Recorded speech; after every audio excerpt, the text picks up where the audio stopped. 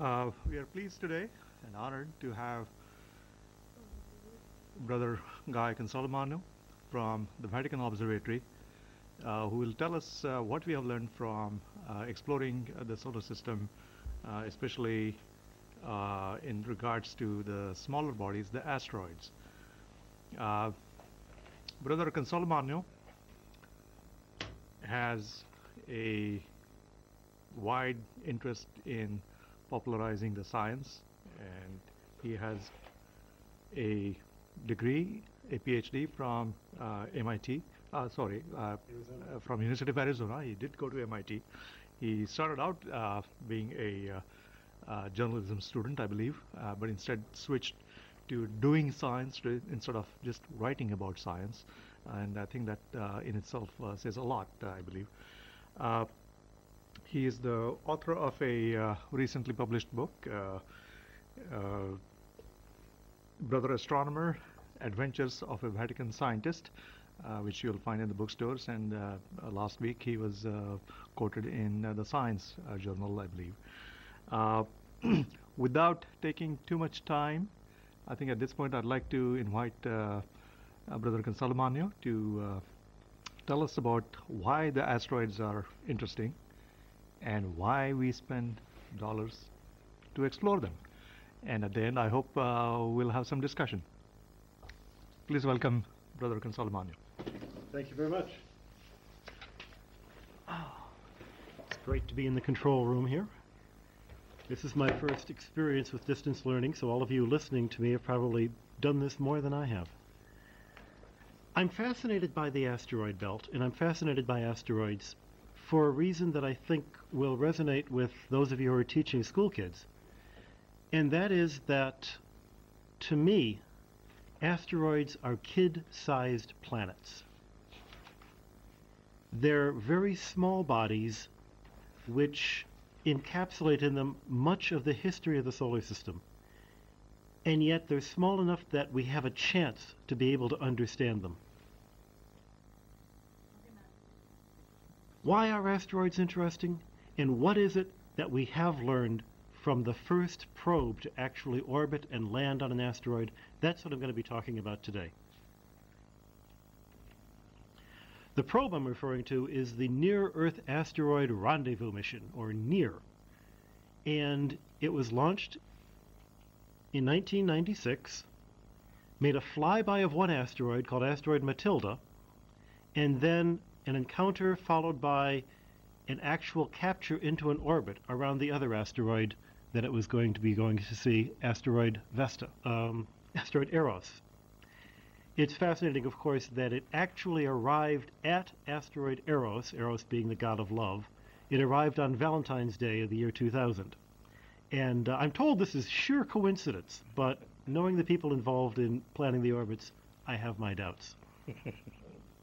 Two questions we are going to address about the NEAR spacecraft, which are more global questions that involve the study of asteroids in general. What are these objects? Why are we interested in them? And in particular, what did NEAR tell us about these objects?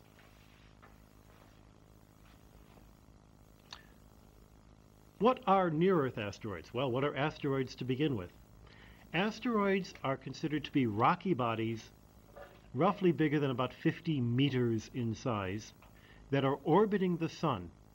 The term asteroid comes from the Latin for little star, and the first asteroid to be discovered was discovered on the night of January 1st, 1801, by a Sicilian monk whose name escapes me at the moment, but it's worth looking up. It was the first day of the new century, and it was, at the time, everyone thought, the missing planet between Mars and Jupiter. Well, it turns out when you look at its series, it's so small, it's only 500 kilometers in radius, that it's considerably smaller than the Earth's moon. And indeed, if you took all of the mass of all of the asteroids and added them together, it still wouldn't be much bigger than another Ceres. So all of the mass in the asteroid belt today is much smaller than even the Earth's moon.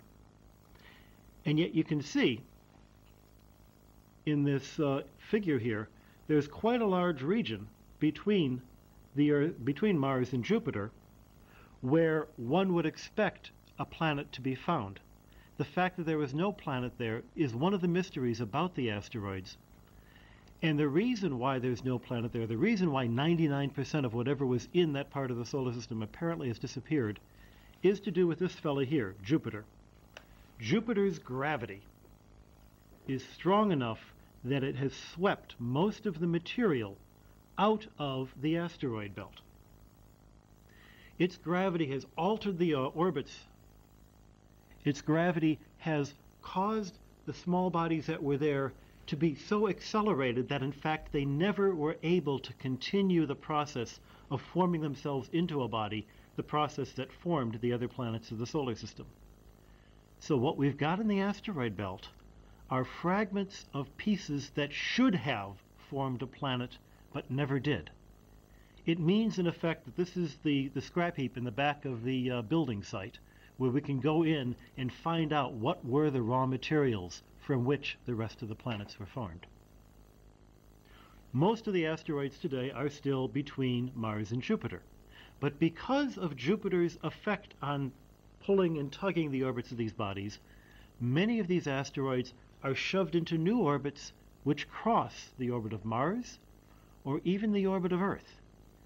The ones that come close to Earth are the near-Earth objects, the near-Earth asteroids, and that was one of the asteroids, Eros, that the spacecraft NEAR actually went to. Why is it that we're interested in near-Earth asteroids?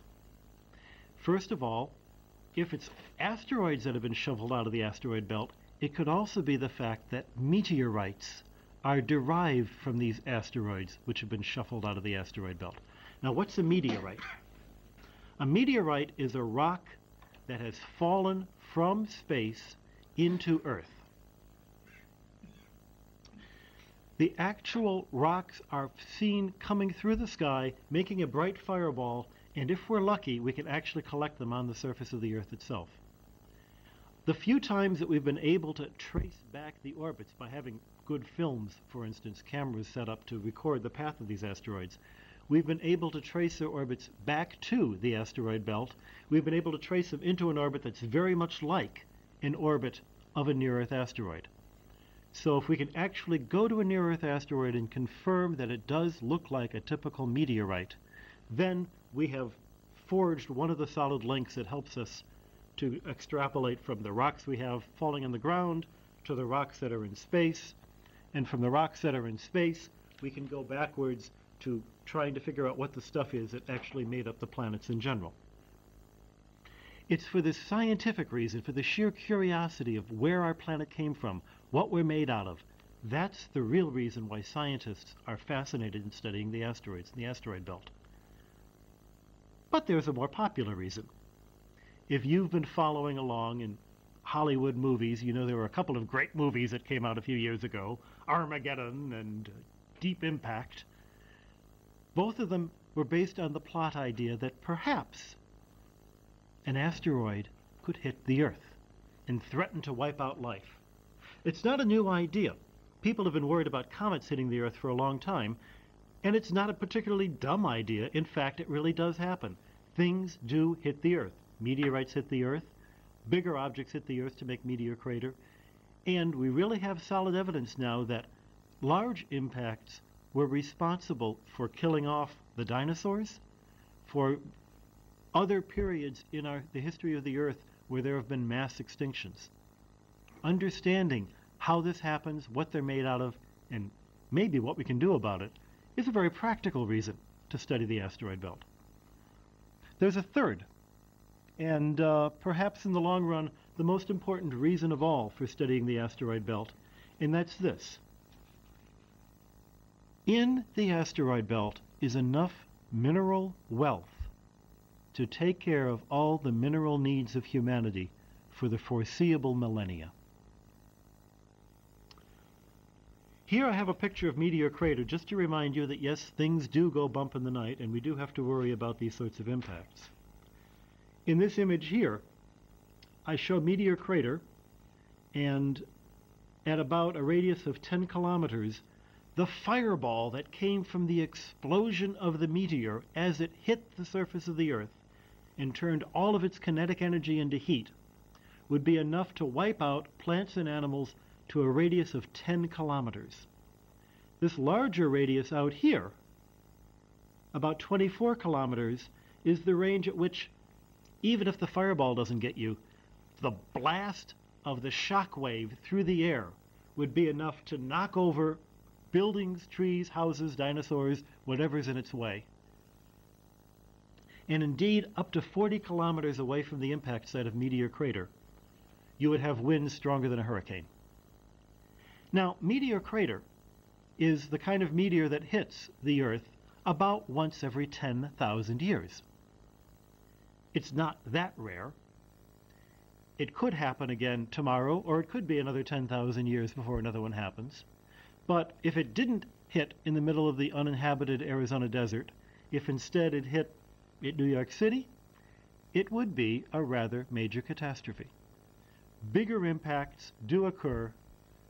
Bigger impacts occur perhaps once every million years, perhaps the kinds of impacts big enough to wipe out most of life on Earth occur maybe once every 100 million years.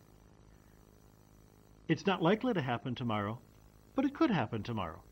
It's the sort of thing we want to be aware of. However, I hope I piqued your interest by mentioning that third reason, the economic reason. If you actually look at the content of a typical stony meteorite today, it's maybe 10% metallic iron.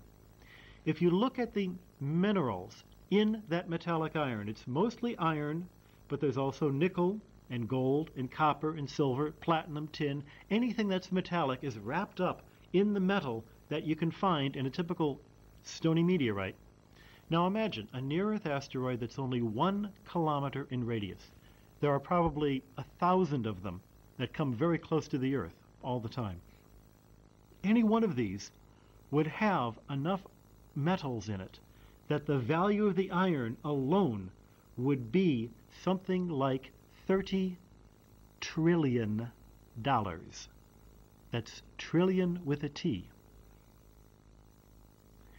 In fact, when you add up all of the mineral wealth of a 1 kilometer asteroid, and we know they're out there, we know where they are, and we know we can reach them because the nearest spacecraft did reach them, there's probably something approaching $100 trillion worth of minerals just flying out in space waiting for someone to pick it up.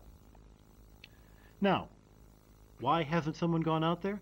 Because at the moment it would probably cost about $100 trillion to bring it back without knocking all life away on Earth as in the process. But that's a cost that's coming down. The more we live in space, the more we're used to sending things, objects, and people into space, the cheaper it'll be for us to go to these asteroids. And I would be surprised if within 50 years we're not beginning to mine the asteroids for their mineral wealth. The interesting thing is, we actually have already done it. The iron that you find in an iron meteorite is rich in nickel, and it has a peculiar crystal pattern. If you take the iron from an Iron Age object and etch it, you find the same crystal pattern. The first bits of metallic iron that were used by humankind came from meteorites, came from the asteroid belt. It's also true that the second largest nickel mine in the world is in Sudbury, Ontario, right cheek by jowl with a giant impact crater. It could well be that the nickel we're getting is coming from space. It's certainly true that the impact itself changed the geology in such a way that it became economically advantageous to mine the nickel there. And indeed, many of the diamond mines in South Africa are associated with impact craters. So even today, we are getting our mineral wealth thanks to what's going on in the asteroid belt. Well, what about the science of what's going on in the asteroid belt? One of the things that fascinated me for a long time was a particular kind of meteorite, one of these rocks falling from space. And here I have an example up here of a meteorite called Ibitira. It's a basalt. That means it's a rock that's formed by the freezing and crystallizing of a frozen lava. This meteorite came from a body that was originally melted, and the lavas erupted onto its surface. You can even see in this image little holes here. These holes represent places where small amounts of gas in the lava made bubbles as the lava froze. This looks exactly like the kind of lavas we see in Hawaii, like the kind of lavas we see around other volcanoes. We think we understand how these volcanoes work. We think we understand how these lavas work. And that means we can use the same geochemical tools that we use to understand rocks on Earth to try to understand the evolution of the asteroid where this particular guy came from. One of the things we find out, and I've just lost my screen here. The screen just went dead, my control screen. What happens here? If I pretend there's there... Oh, I can do it by touch, but I have lost the screen.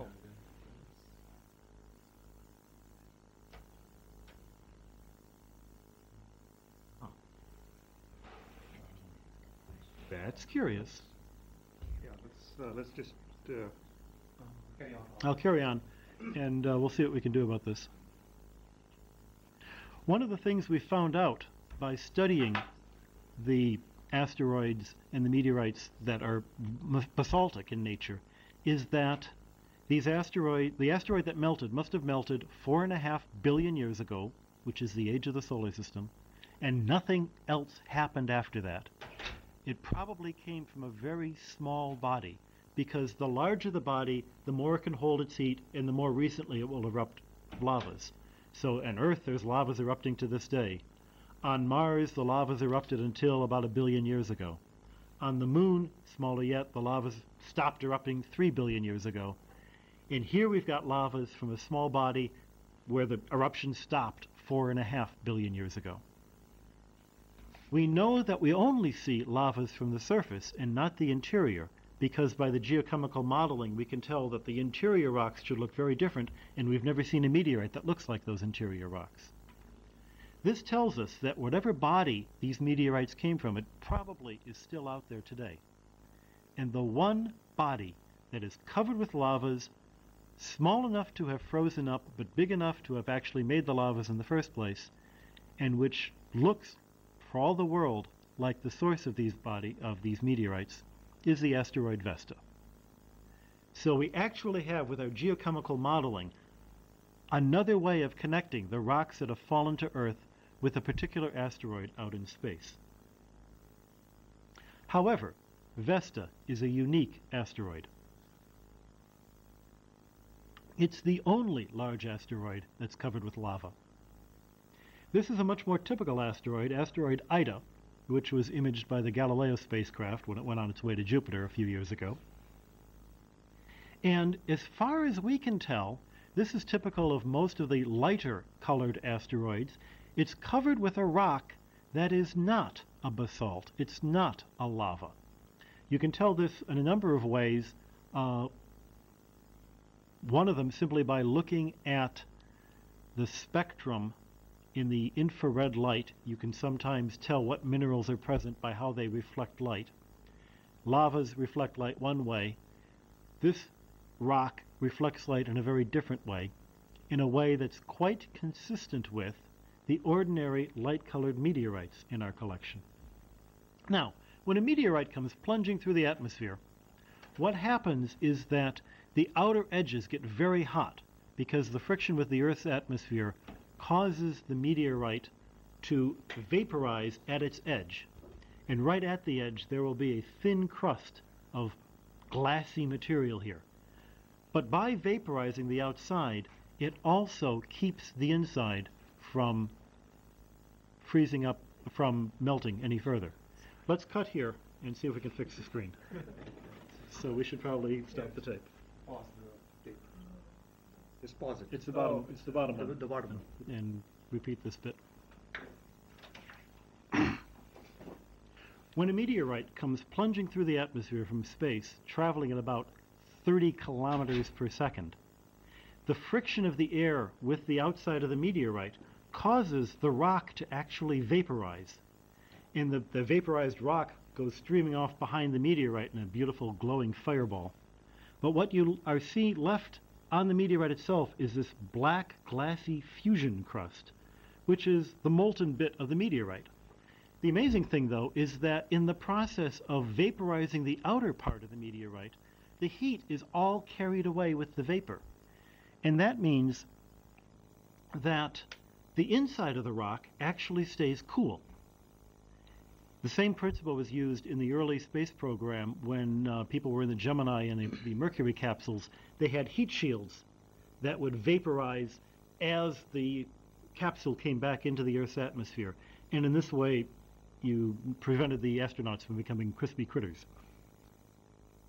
Well, a typical meteorite looks something like this guy. This is a somewhat blown up view. This is really a fragment of rock that's only a couple of centimeters across from the Vatican collection. And you can see it's a very irregular collection of bits of rock that don't have a whole lot to do with each other. They haven't come out of a melt. They haven't been melted together. They've just been compressed together. This kind of rock is called a conglomerate. It looks a whole lot like concrete with just bits of stuff stuck together. You can also notice in this picture some very rusty spots. Remember what I said, that meteorites tend to have small flecks of metallic iron.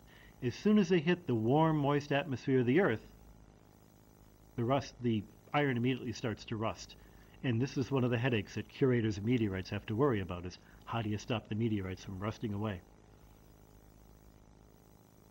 Well, given that kind of meteorite, and knowing that that is the most common type of meteorite, can we draw a connection between these common meteorites and the most common type of asteroids in the same way that we were able to make the connection between the basaltic meteorites and the basaltic asteroid? The most common type of asteroid is given the name of the S-type. It just means that it looks to have a stony surface. Most of the time, all we can see in our telescopes about asteroids is a tiny point of light. But with spacecraft, it's possible to actually get some imaging of what the asteroid itself looks like. You can see it's a potato-shaped object. And the surprise here was that we were actually also able to find a tiny moonlet. Because we've got this moon, we were able to determine the mass of the asteroid. We could see how this moonlet moved, and that tells us something about how much mass this big guy has to move this little guy. Turns out that's going to be very important to us. But another thing you can do with the spacecraft. The cameras on this particular spacecraft were able to shoot in a number of colors, both visible and infrared. Remember what I said. The infrared colors will tell you what minerals are present. By exaggerating the color in this picture, you can see different regions of the asteroid. The bluish region that I'm outlining here appears to be a part of the asteroid that's very fresh and that has colors that look exactly like the meteorites, the ordinary stony meteorites in our collection. The reddish areas don't quite look like that. They look like they've been sprayed with a fine mist of metallic iron. And apparently this metallic iron comes from the high energy impacts that go on in space. People call this space weathering. But notice where the blue regions are, they tend to be right near craters or in the bottoms of craters or in the fresher, more recently excavated parts of the asteroid. This supports the idea that underneath this weathered surface is a rock that looks a whole lot like the rocks that make up our meteorite collection.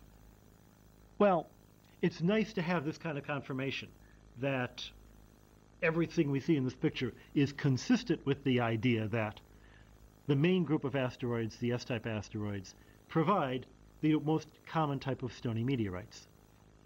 But you want to make a firmer link than that. One of the goals of the NEAR spacecraft was to actually go to one of these S-type asteroids and convince us that the chemistry there really was the same kind of chemistry as in the meteorites we have in our collection.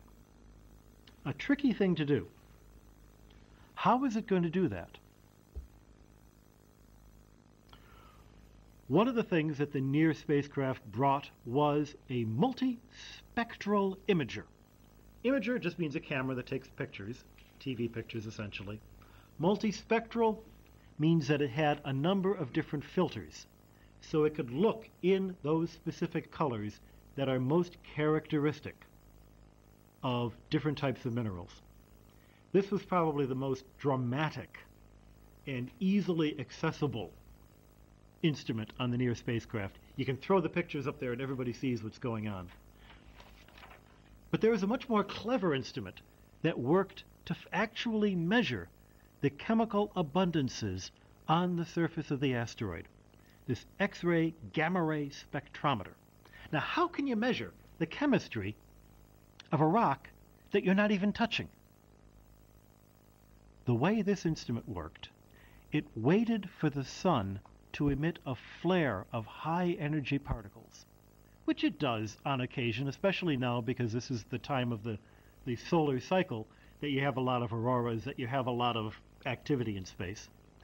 Every time one of these flares would occur, the high-energy particles would hit atoms on the surface of the asteroid.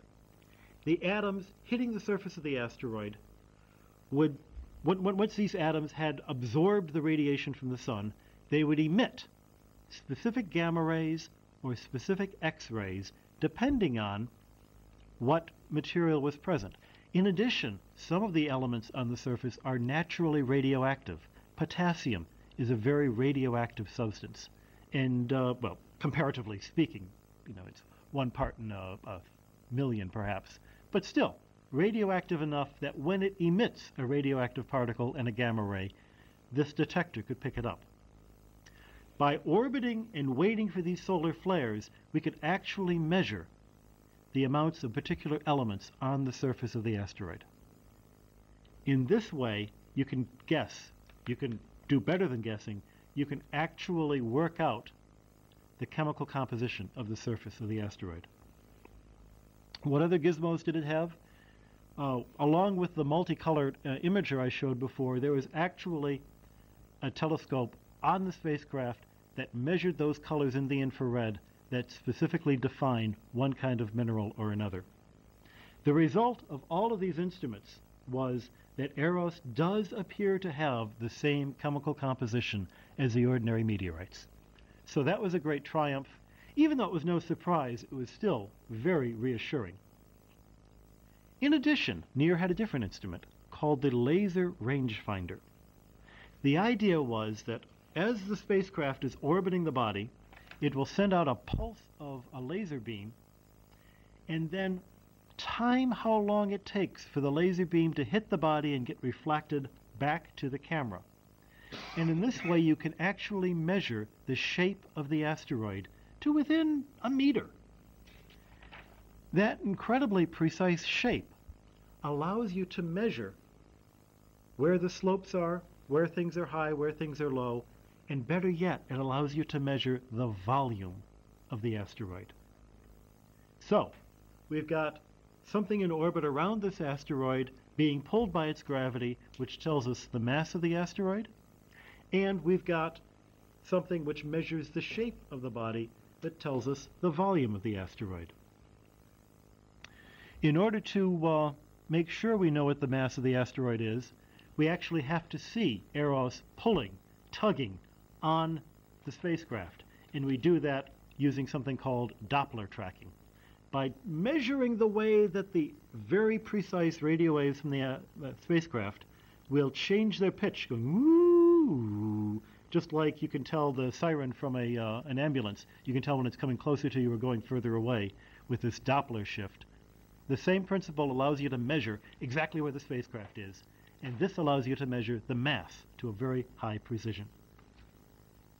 Okay, so we know that asteroids like Eros are made of ordinary meteorite material. How are they put together? Are they solid rocks?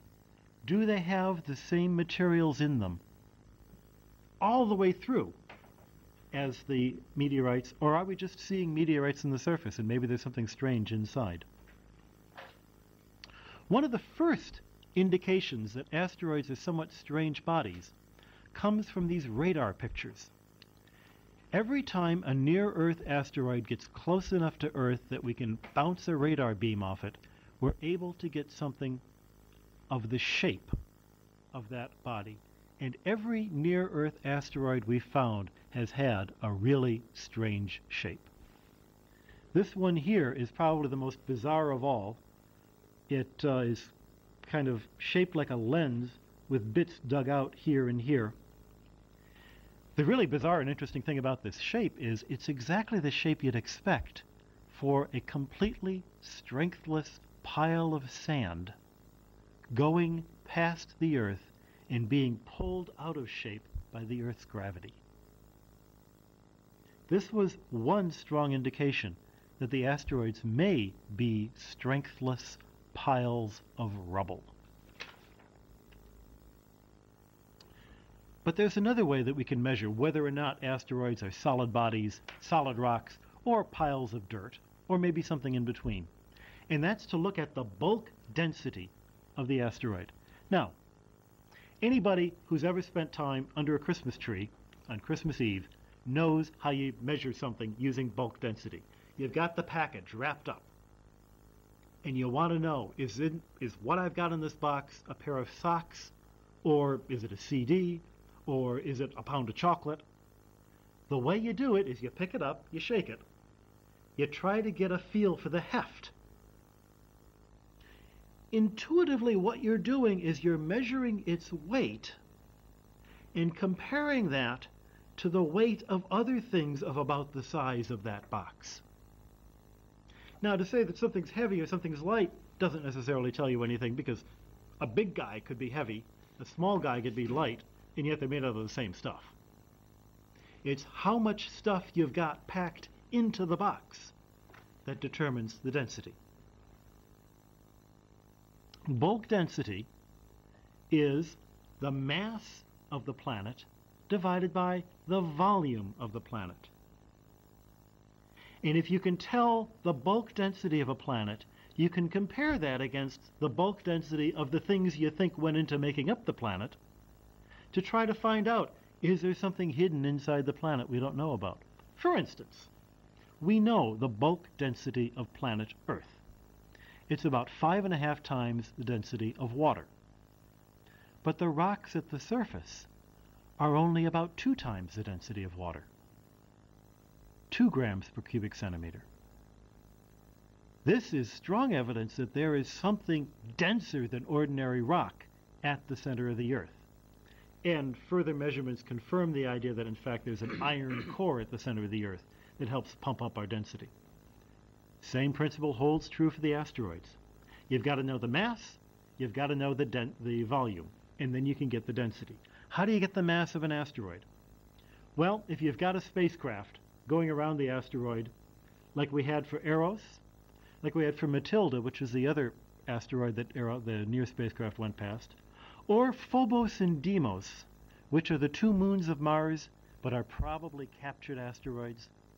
For those 4 objects, we have a pretty good idea what their mass is. Some asteroids are known to have moons. Ida had that little moon I showed you before. Another asteroid called Eugenia has actually been seen with a telescope to have a tiny moon. By measuring how these moons move, you can work out the mass of the main asteroid.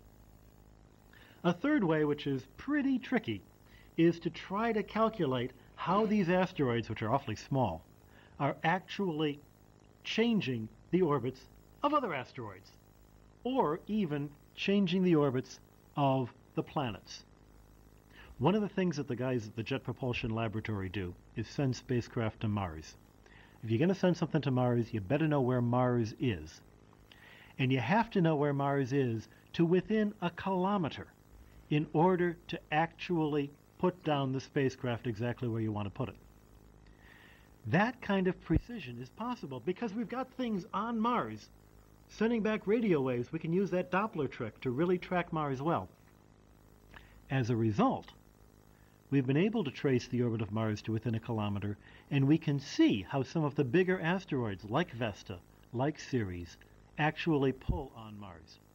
And in this way, we have a measure of the masses of these biggest asteroids. I've talked a bit about the S-type asteroids, the stony asteroids, and I've talked a bit about the big ones, Vesta and Ceres. There are other types of asteroids. There's a whole class of asteroids that exist in the outer part of the asteroid belt, which are called C-types, because they look a lot like the carbonaceous meteorites. The meteorites that have seemed to fall onto the Earth that are rich in water, rich in carbon, or rich in other very dark minerals. These asteroids are almost jet black.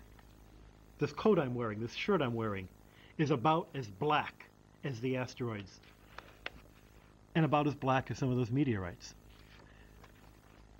The C-type are in one part of this belt, the S-type are in another part.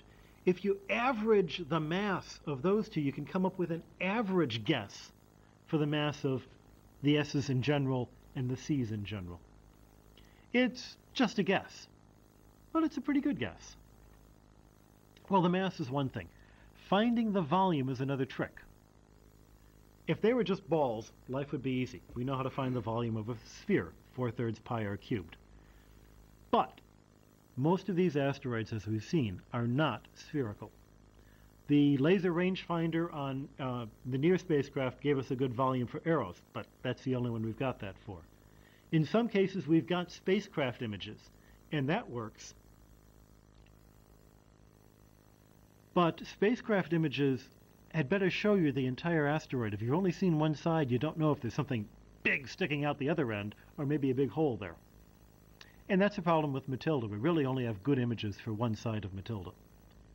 For most asteroids, we either have these radar shapes or we just look at how the light varies in our telescope, and you try to guess how oblong the asteroid is in order to make them look brighter and dimmer as they tumble through space. That's maybe good to 10% if you're lucky. If you're not lucky, you're stuck with an asteroid that looks like this, Cleopatra. Trying to guess the volume of an asteroid this odd is going to be a problem. And realizing that's going to be a problem means that everything I say at this point you should take with just a grain of salt. Life is almost certainly more complicated than what I'm going to be saying.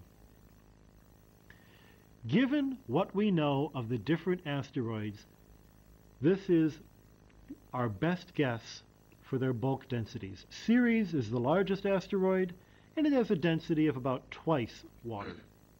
Pallas was the second asteroid discovered, has a density of about 2.5 times water. Vesta, that asteroid that is covered with basaltic material, that has a density of about 3.5. And that actually makes sense, because that sounds like basalts with denser rock in the center. It may even have an iron core, for all we know. Vesta might be a tiny, mini planet. The other asteroids, well, the uncertainty is a lot greater. You look here at Phobos and Deimos, we have 2 numbers for each, because there's 2 ways of measuring the mass, and you come up with 2 different answers. Who's right? Well, they're still fighting over that one. The point is, though, that Eugenia, Matilda, Phobos, and Deimos all seem to have densities that are only about 30% more dense than water. Very, very low density. And all 4 of those asteroids are the really dark C-type asteroids. Ida and Eros, Ida's got the little moonlet, Eros had the spacecraft going around it.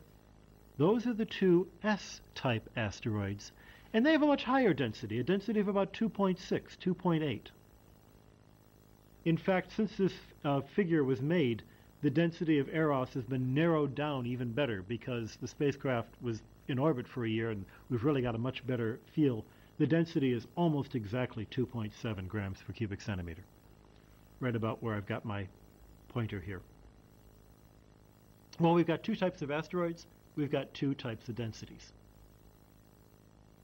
How does that compare with the average C's and the average S's? On this chart, it looks like the average S is around 2.8 grams per cc, 2.8 times the density of water. Not all that different from Eros, not all that different from Ida. The C's, like Harmonia and Phobos and Deimos and Matilda and Eugenia, are all chucking in here at around 1.3 times the density of water. And then there's this odd asteroid, 16 Psyche, which is a pretty big asteroid. If you believe how it perturbs Mars and the other asteroids, which you should take with a grain of salt, it looks like it may have a density of 1.8 times the density of water. Okay. If that's the case, how does that compare with the density of the meteorites? Well, we've got a problem. Measuring the density of the meteorites. To measure density, you've got to know the volume and you've got to know the mass. For asteroids, finding the mass is a problem. For meteorites, it's easy. You just stick the rock on a scale. What could be simpler? For asteroids, finding the volume was a problem. For meteorites, it's also a problem. How do you find the volume of an irregular shaped rock? Archimedes had this problem. You remember the story. Archimedes, great scientist of ancient Greece, living in Syracuse, living in Sicily, was approached by his king. The king said, I've got this beautiful crown, looks gorgeous, but I have a feeling the goldsmith cheated and stuck some lead in here instead of gold and pocketed the gold. How can you tell the difference? And Archimedes says, oh, it's easy. Gold is more dense than lead. You measure the density. Right. How are you going to measure the density of gold? Well, you weigh it. That's your mass. And then for the volume, you can always take the gold, pound it back into a perfect cube, and then you don't have any crown anymore. Dumb idea. How are you going to measure the volume of something that's irregularly shaped? This puzzled Archimedes. He was being lowered into the baths, so the story goes, by his slaves, and as he was going into the water, he saw the volume of water going up as he went down, and he realized by dipping the crown into a bucket of water, he could see how much water spilled out the bucket, and the volume of that water would be the volume of the crown. This was brilliant. He shouted, Eureka, and he jumped up out of the bath and stark naked ran running down the streets of Syracuse. Actually, he didn't say Eureka, he said something that I can't pronounce, but whatever it's pronounced in ancient Greek, it's more like Oyuka. I apologize. Since then, the Archimedean method of dipping objects into water has been the standard way of measuring volumes. And that's what geologists normally do. But you don't want to do that with a meteorite, because a meteorite has all of these strange minerals that you want to test, and it's got this metallic iron that you don't want to rust, and it's got another problem. Rocks, meteorites, have cracks running through them. Do I want to measure the volume of those cracks when I'm measuring the volume of the meteorite? Well, some cases I do want to measure that. In other cases I don't. Mostly what I'd like to know is just how much are those cracks anyway. What I want are two fluids, neither of which will harm the meteorite, one of which will go into every pore space known, and the other of which will be excluded from every pore space known. Water is a bad choice because it will harm the meteorite, it'll get into some of the cracks, and it won't get into other of the cracks, and you never know how complete it was. What we use for the first case to get into all of the cracks is something called a helium gas pycnometer. The idea is this. You've got two chambers here, two tanks, a reservoir tank and a sample tank. You put the rock in the sample tank and plug it up with this thing. Then in the reservoir you fill it with helium to about 2 atmospheres pressure. In the sample, helium 1 atmospheres pressure. After you've measured the pressures carefully, you open the stopcock between the two. The two pressures equalize. The more rock you've got in the sample chamber, the less room there is for the gas, so the higher the final pressure will be. By measuring the final pressure, you can calculate backwards to what the volume of the rock was. And the helium is going to get into every crack, and helium is an inert gas, so it's not going to do anything. This will tell you the grain volume, the volume of the grain material. And the only thing you need to do to make this system really work is to calibrate it. So I have down here these calibration spheres, perfectly manufactured to be round and color-coded, stripes and solids, with numbers on them, so you can keep track of exactly which spheres you're putting in there. Highly scientific equipment. In this way, you measure the grain volume. To measure the bulk volume, instead of using a liquid, I use glass beads. It's like sand. These are actually 40 microns across, and they're used for polishing the surface of glass. Basically, you take a known volume, you fill it up with beads, and you weigh it, dump it out. Same known volume, put the rock in, fill it up with beads, weigh it again, and I think you can see the difference in the weight will tell you something about the difference of the density of beads versus the density of the rock. But the glass beads don't penetrate the rock, they don't hurt the rock, and you can just brush them off at the end of the day. This is the sort of work we've been doing at the Vatican Observatory the last few years, and work like this is now going on at the Field Museum in Chicago to try to measure the densities of as many different types of meteorites as we can. The kind of data we've come up with says that these C-type meteorites, the carbon-rich ones, come in two groups. There's the very wet ones that are around 2 grams per cc, and the dry ones at around 3 grams per cc. And then these meteorites here, labeled L, H, and LL, these are the ordinary chondrites. These are the kind that we think come from the S-type asteroids. And they've got a bulk density of around 3.4 to 3.6 grams per cc. The porosity of these meteorites tends to be almost uniformly 10%. There's a big spread for some of them and a less of a spread for others, but the average is marked off by this white line here across the top. Most meteorites tend to have a porosity of about 10%. Now, you take the density of the asteroid. You take the density of the meteorite that you think made up the asteroid. You compare the two and you find out how much of the meteorite is, how much of the asteroid is empty space. 10% of that empty space are just going to be cracks in the meteorite, microporosity. The rest of the empty space is going to be big voids in the asteroid, macroporosity. So that the biggest asteroids, it turns out, Ceres and Pallas, have about 10% porosity, all explained as cracks in the rock. The big asteroids are solid objects and they don't have a lot of empty space. But the typical S-type asteroids, Eros and Ida, are around 20% empty space, even after you've thrown away 10% into the rocks. I mean, the 30% empty space total. 10% of that is cracks in the rock. 20% are voids within the asteroid itself. It's as if these asteroids are piles of rock sitting cheek by jowl on top of each other, but with caves big enough to drive a Buick through, perhaps. These asteroids still are coherent enough that they look pretty solid from the outside. One piece of the asteroid communicates with the other, so if you shove this here, the part at the other end knows about it. They're coherent, but they're shattered and broken, and they have a significant amount of empty space inside them. What about the C-types? The ones that are almost as low density as water, 1.3 grams per cc, made up of rocks that may be as much as 3 grams per cc. Asteroids like these are about 50 to 60% empty space.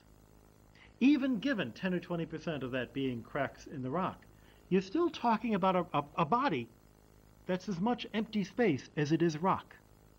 This I would call a fluffy asteroid. I mentioned in passing that asteroid 16 Psyche. 16 Psyche is curious because it's passed close by an Earth, close enough that you can bounce a radar beam off it. And it reflects radar beams just like metal reflects radar beams. And it has the color of metal. And it has the brightness of metal. And it has the density of water. If it really is made out of metal, and if our densities for it are really correct, two big Fs, and I'm not quite sure I believe either one of those yet, this must be a metal sponge made up of more of holes than of metal. How could you get such a thing? Imagine a large lump of metal that's shocked by impacts, broken into 1,000 pieces, and then collects together again. One of the crazy things metal does in the vacuum of space is something called cold welding. If you have a sharp, clean break of metal and you keep air away from oxidizing the surface of that metal, all you have to do is touch the pieces of metal together again and they weld themselves. So you could see how you could have a spongy metallic asteroid, 75% empty space. There is another possibility. Maybe it's an alien spaceship, but I like the sponge better. What do we get when we look at these data in general then? What this tells us is you can use bulk porosity estimates and meteorite porosity to guess how much empty space there are in the meteorites and the asteroids.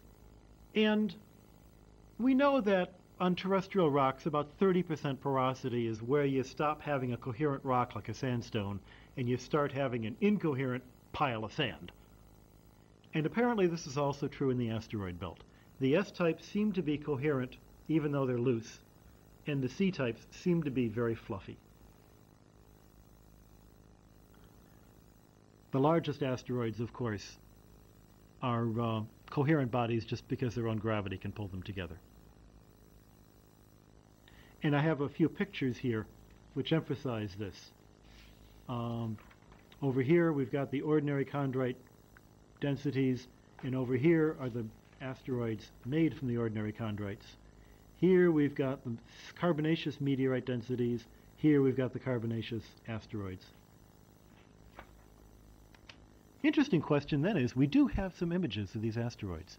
Do the surfaces of these asteroids actually look like bodies that are rubbleized, that bodies that are coherent in one case and incoherent in another? Let's take a look. Here we've got the light asteroids and meteorites, Ida and Eros, and we've got some great images for Eros.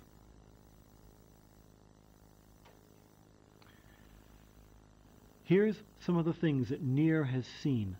These swirling, odd slope. It looks almost like material has slid down into this hollow here.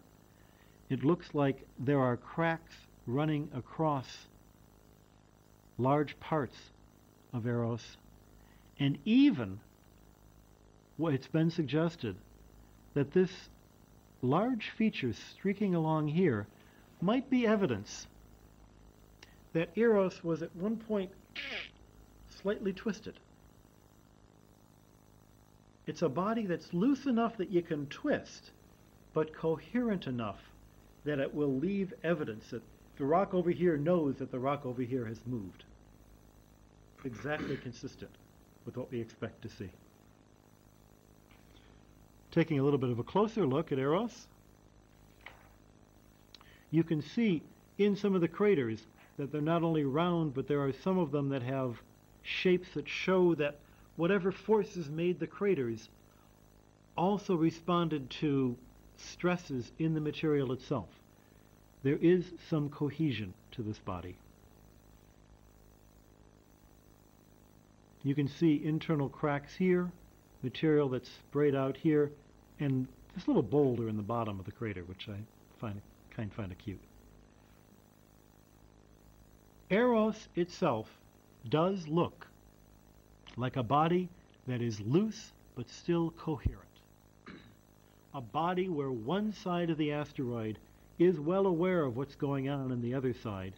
You have this crater here that looks almost square-shaped, which only happens on Earth when you've got stresses inside the material. So the inside of Eros must be packed well enough that it can maintain stresses of some sort. And yet, it's loose enough that it can be still twisted. So Eros is a twisted asteroid. The dark ones, Eugenia, Matilda, Phobos, and Deimos, we don't have such good images of. Matilda we just flew by. We didn't really get close to it. Nonetheless, when you look at Matilda, you notice that it has enormously huge craters on the surface. The craters of Matilda have a radius which is almost as big as the radius of Matilda itself. How could any body survive impacts as great as the impacts that Matilda underwent over and over and over again? Well, the only way it can work is if the impacts are into very soft material, so that the shock of impact is not transmitted from one side to another. This is completely consistent with the idea that Matilda is a very loose ball of fluff. Phobos we do have close-up images of, and you can see some of this fluff sliding downhill into the craters here and here. And you also see all of these grooves running along Phobos. These grooves are consistent with the idea that there are large voids inside Phobos that material is beginning to fall into. It looks like asteroids have a structure where the outer parts is fine dust and sand broken up by impacts, but that the bigger pieces might be still intact as large pieces inside the asteroid. How big is big? How large are the pieces in the inside? We don't know. We still have no way of measuring them. But imagine if you had a solid asteroid flying through space and you broke it up, shattered it. The pieces would spread out a bit, but their own gravity would probably cause them to collect again. The first pieces to reach the center are the pieces that didn't travel so far. Those are the biggest pieces. The last pieces to hit the asteroid are the pieces that traveled the farthest. That's the dust. So by shattering and reaccreting an asteroid, you have a way of size sorting the material that makes up the asteroid with the dust covering the outer edge. That appears to be consistent with what we see in the asteroid belt. Well, what does it all mean? I remind you, the numbers I'm using are only a handful of numbers, and some of them aren't very good. We really don't have great data yet. But it's beginning to look like large asteroids can pull themselves into spheres. Small asteroids are either very loose rubble piles like Matilda, or else they are coherent objects. What does this mean for our three questions at the beginning? The three things that we're interested in when it comes to asteroids. It means that the formation of asteroids has undergone an evolution, probably due to large amounts of impact, probably due to the fact that Jupiter's gravity was accelerating each of these guys and jumbling them up and causing them to run into each other, which means the asteroid belt was formed after Jupiter. And that helps put a firm constraint on some of our models of when did things get formed in the solar system, what came first. We also know that the pieces of the asteroid belt that were never formed into a planet still do have the same chemical characteristics that they had 4.5 billion years ago when the solar system was being formed. Scientifically, this is exciting. If you're worried about an asteroid coming and hitting the Earth, and you send Bruce Willis up there with an atomic bomb to blow up an asteroid the size of Texas, which would be bigger than any asteroid known, by the way, you're going to have a problem, especially if it's a loose, fluffy asteroid. That asteroid is going to swallow up Bruce and his A-bomb and say, tasted good, give me another one. This is not the way to solve the asteroid impact problem. On the other hand, if you're interested in going to the asteroid belt in order to get stuff out of the surface, you're probably not going to have to bring TNT. All you'll need is a spade and a bucket. You can shovel up all that great mineral wealth and cart it back to Earth. Rather encouraging thought. Thanks for listening, and the questions here, I'll be glad to entertain them. I guess the first one that I want to ask is based on your one of the final comments that asteroids were formed after Jupiter, which means at least some of the planets had already formed before. And so the question is, what came first? What came first? It's a very tricky problem. We do have some ways of answering it because we can observe young stars being formed elsewhere in our galaxy. It's pretty clear that stars are formed in regions that are rich in gas and dust. The gas and the dust has the same composition as the stars, mostly hydrogen and helium, 1% everything else.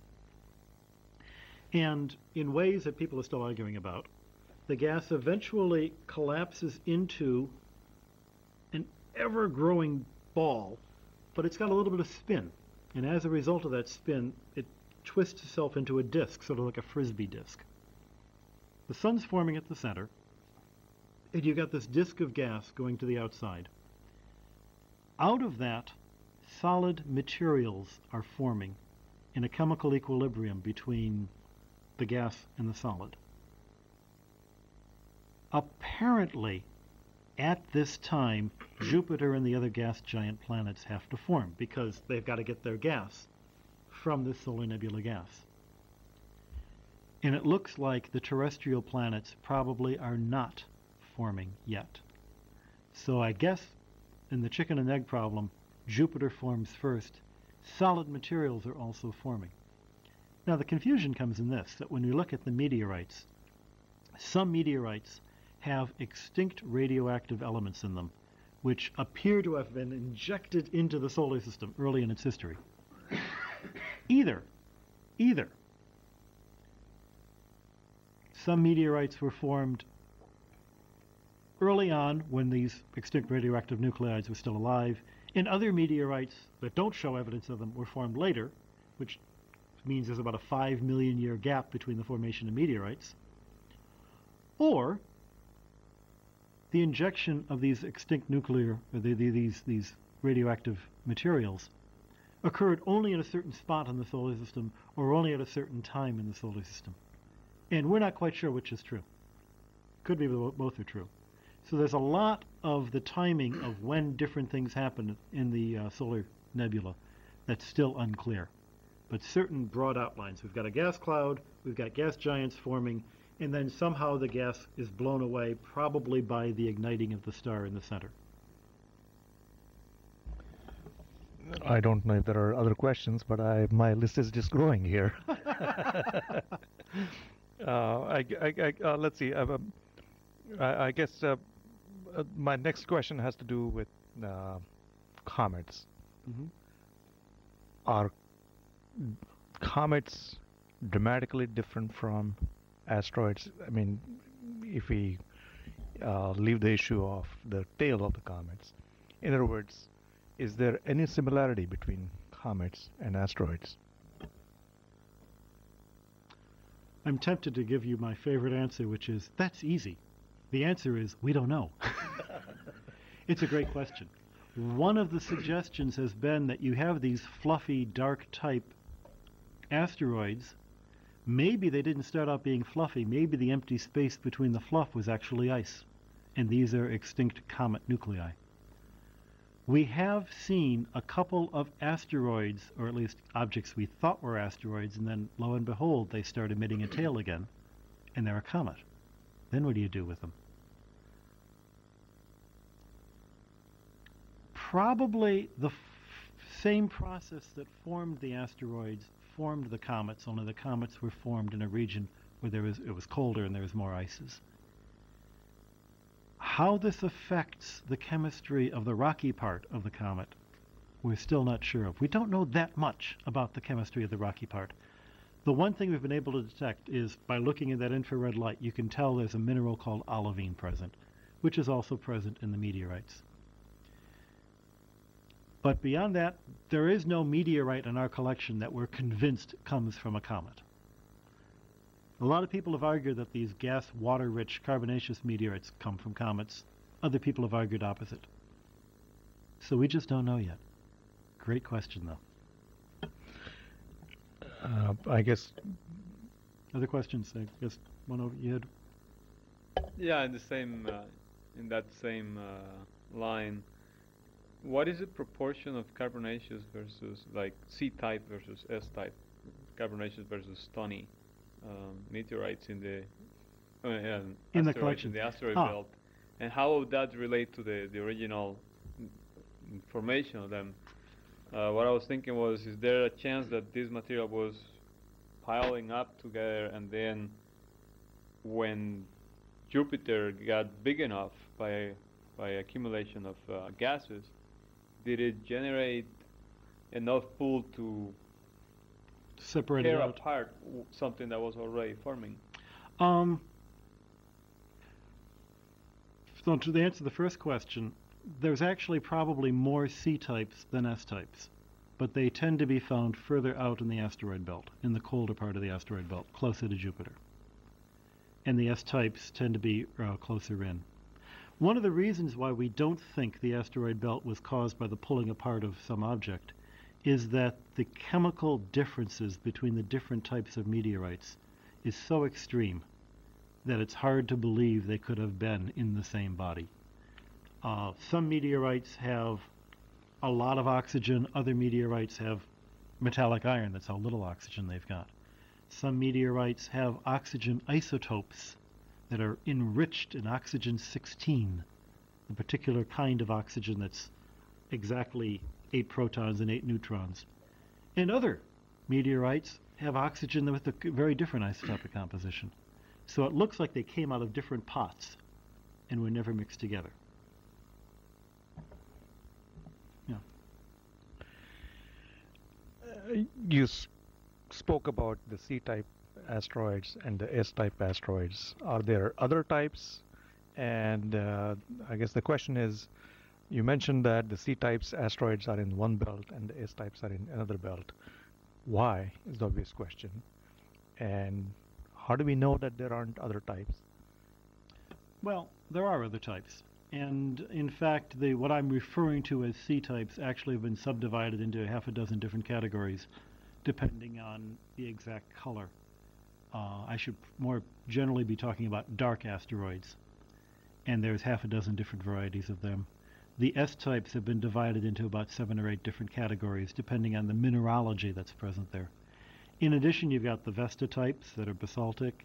You've got M-types, which people used to think were metallic, except on a few of them we found liquid water, or rather water of hydration, which you really can't have water and metal together at the same time.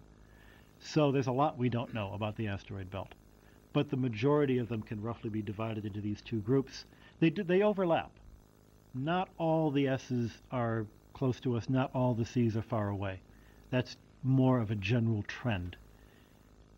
And the best explanation for why you have chemical differences fits into the explanation of why Mercury has got a different chemistry from Venus, different from Earth, different from Mars. It's probably related to the distance they were from the Sun when the materials from which they were formed were actually in chemical equilibrium with that nebula. The trouble with that is anyone who does modeling in a computer of how things get mixed up once Jupiter comes along suggests that all of these differences should have been canceled out and they should have been all completely homogenized. And yet it didn't happen. So as modelers, we still have a little more distance to go before we completely understand it.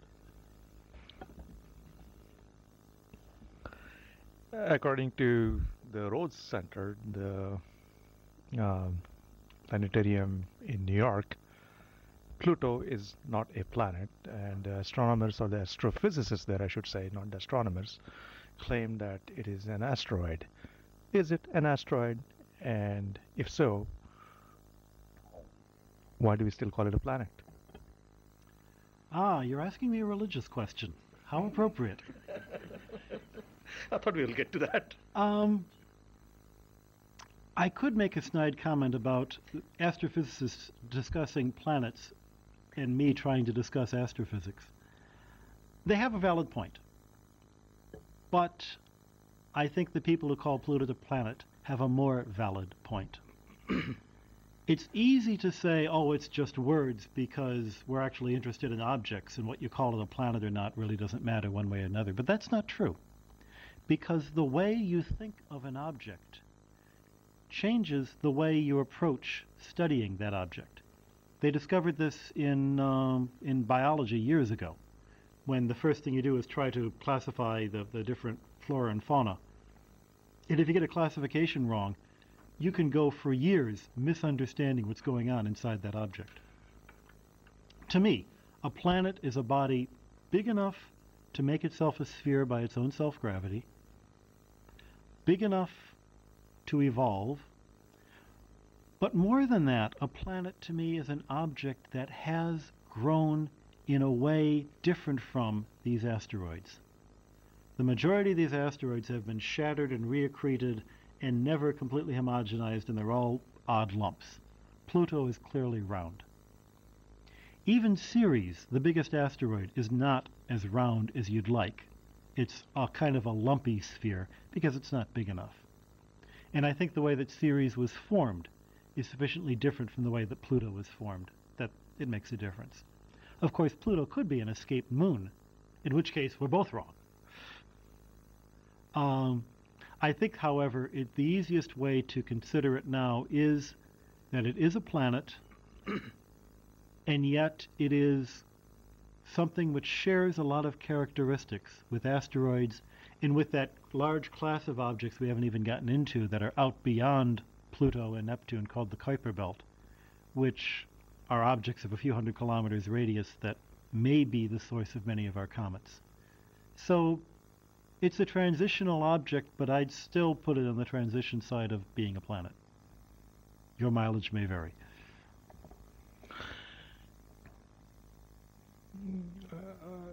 I guess this will be my final question. Given your special position as the Vatican astronomer, Vatican astronomer. Vatican astronomer, excuse me. My boss doesn't like it. I try to take over everybody's job. Would you like to offer some words regarding how you see yourself dealing with the real world, or at least the terra firma world, as opposed to, you know what I mean? Being spiritual. Exactly. If you try to use your religion to prove your science, you're going to get it wrong. You're going to get your science wrong, and you're going to get your religion wrong. The biggest mistake made in the 17th and 18th century were the mistakes made by theologians who tried to base their idea of God on the best science of the day, because the best science of the day went obsolete, and they were left with a really obsolete religion. I don't believe in God because of anything I learned in my science. I believe in God because it's been my experience. I pray, I feel like I hear calls, like call to be a Jesuit, for instance. It's like asking me, do I believe in my parents, or, do I believe in Paris? I don't believe in my science simply because it works. There are theories that could explain all of the things we've talked about that would work in that sense, but which would be horribly inelegant. For instance, the alien spacecraft theory for the density of Psyche. To me, science is both an art and a technique. The attempt in science is to get to know how the universe is put together and describe it in a way which reflects the beauty of the universe. You want your scientific theories to be beautiful. You want your scientific theories to be elegant, because you want them to fit coherently, just as you would want a poem to be beautiful or elegant. If everybody in Shakespeare's plays talked like a 15-year-old, they wouldn't be Shakespeare's plays. There's more to them than just the plot. And the reason that I do science as a Jesuit, the reason the Vatican pays my outrageous salary, I don't get paid, is that I believe, the Church believes, our tradition believes, in a God that created the universe. And you get to know a creator by seeing the things that person has created. We don't know much about Shakespeare, but we've read Shakespeare's plays, and knowing that, we know a lot about Shakespeare. We know all the important things. It's been a tradition in the church for as long as the church has been around, and the idea that the natural world can teach us something, that the Bible is not a physics textbook, heaven help us, that's an idea that's been around since the early fathers of the church, going back to ancient Roman times. One of the things I know that the Vatican Observatory was specifically founded to do is to show the world that science and religion can get along. And 100 years ago when they founded the observatory, the idea was to show the scientists that religion really was not anti-science. Today, I think it's just as important for people like me to show religious people that science is not anti-religious, because science is wonderful. Knowing how the universe works, how the Creator did it, is great stuff. And it would be a tragedy for any religious person to not take advantage of the intelligence that God gave us. Thank you, Brother Consolmagno, for a very wonderful talk. And I'm sure the teachers will be delighted to listen to it. And It's hopefully, been a lot of fun. Thanks Thanks for having me.